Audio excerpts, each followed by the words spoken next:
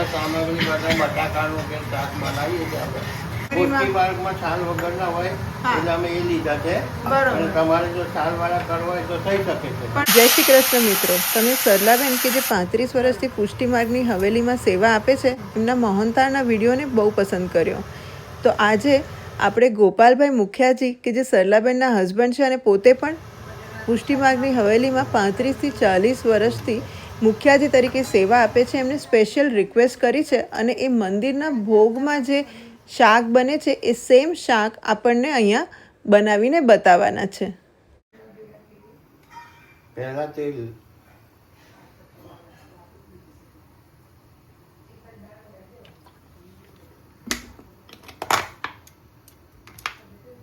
આપણે આની અંદર આ બધા મસાલા પહેલા ભેગા કર્યા છે. કદું હા, આપણા રેગ્યુલર મસાલા જ છે ને. હળદર, મરચું, આ ધાણા જીરું છે ને. હા, ધાણા જીરું, ધાણા જીરું, આ મીઠું,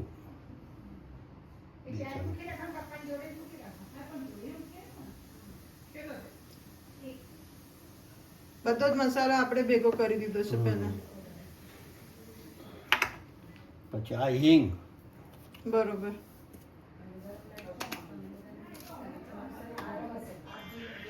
આ આખા મરચા. આખા મરચા. તો સૌથી પહેલા આપણે તેલમાં આખા મરચા ઉમેરી દીધા છે. આમાં રાઈ કે કશું નથી આવતું? આવશે, હવે આવશે. હવે આવશે. સૌથી પહેલા આપણે આખા મરચાના ટુકડા કરીને ઉમેર્યા છે. પછી રાઈ,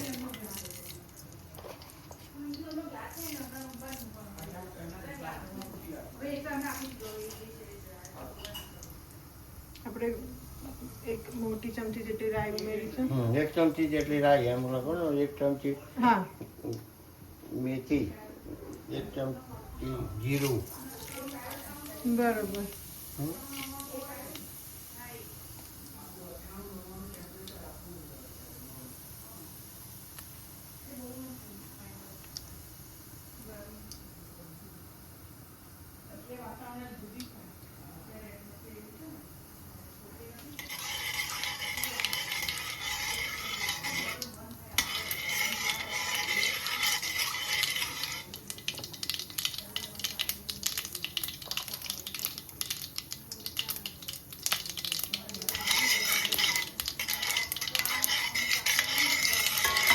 સરસ વઘારને તતડવા દેવાનો.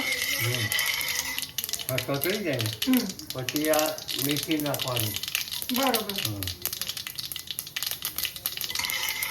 આપણે હવે મેથી તતડવા માંડી છે.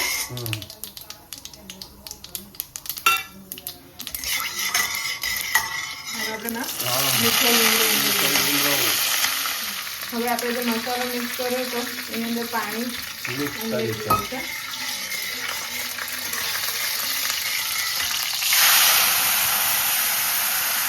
પહેલા આપણે પાણી નાખી દીધું.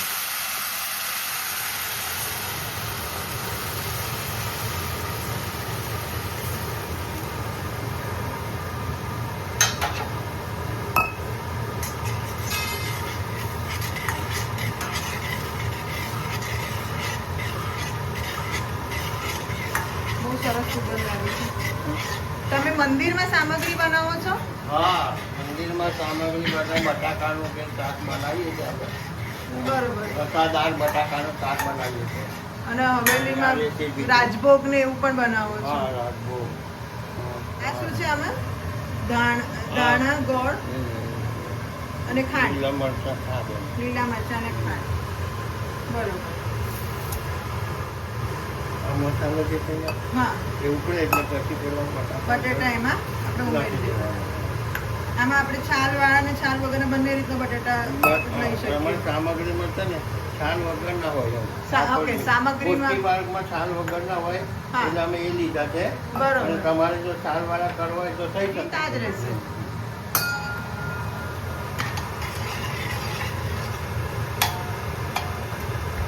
આપણે ગોળ ઓગળે પછી એમાં ટમેટો આવી જશે અંદર. બરોબર.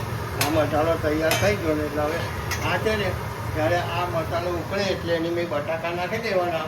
એટલે બટાકા અંદર રસો ચૂસે એમ. એટલે બટાકા ફીકા ના લાગે. બરાબર.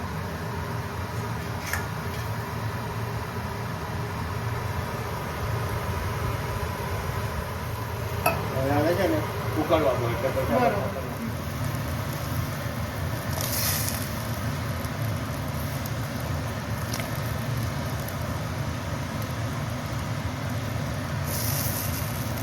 શાકમાં આપણે બટેટા ઉમેરી દીધા હતા પાણી ઉકળ્યું એટલે, અને આને 15 થી 20 મિનિટ જેવું થયું છે. વચ્ચે વચ્ચે ખાલી આપણે હલાવતા રહેવાનું છે. આ બટેટા બહુ જ સરસ રીતે ચડી ગયા છે. બહુ સરસ સુગંધ પણ આવે છે આની. આચાર મસાલો થોડો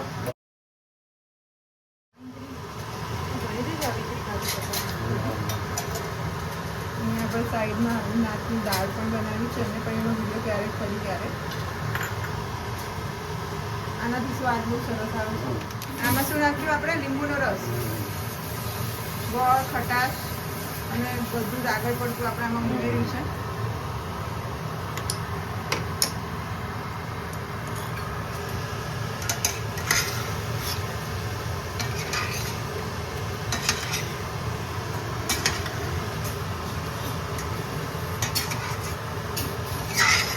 આપણે વધારે રસો કરવાનો કે આવું કોરું?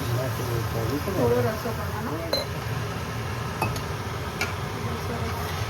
સુગંધ આવે છે અને બહુ એમાં રસો આપણે કરી દીધો. પાણી બટેટા બધું ચૂસી જાય. હવે આપણું આ શાક તૈયાર છે. તેમાં કશું બધું ઉમેરવાનું.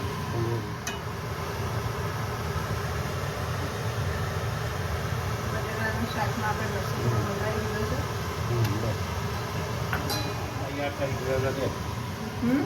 શાક તૈયાર. તો ચલો જમવા.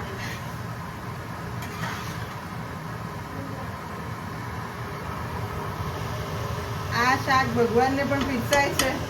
એ આજે આપણા માટે બન્યું છે. મુખિયાજીએ ખાસ આપણા માટે આ બનાવ્યું છે. તો તમે જરૂરથી બનાવજો આ શાક, અને એની ડિટેલ્ડ રેસિપી અને ઇન્ગ્રીડિયન્ટ્સ મેં ડિસ્ક્રિપ્શન બોક્સમાં આપ્યા છે. જરૂરથી જોજો. તો મુખિયાજીની રેસિપી આજે તમારા ઘરમાં.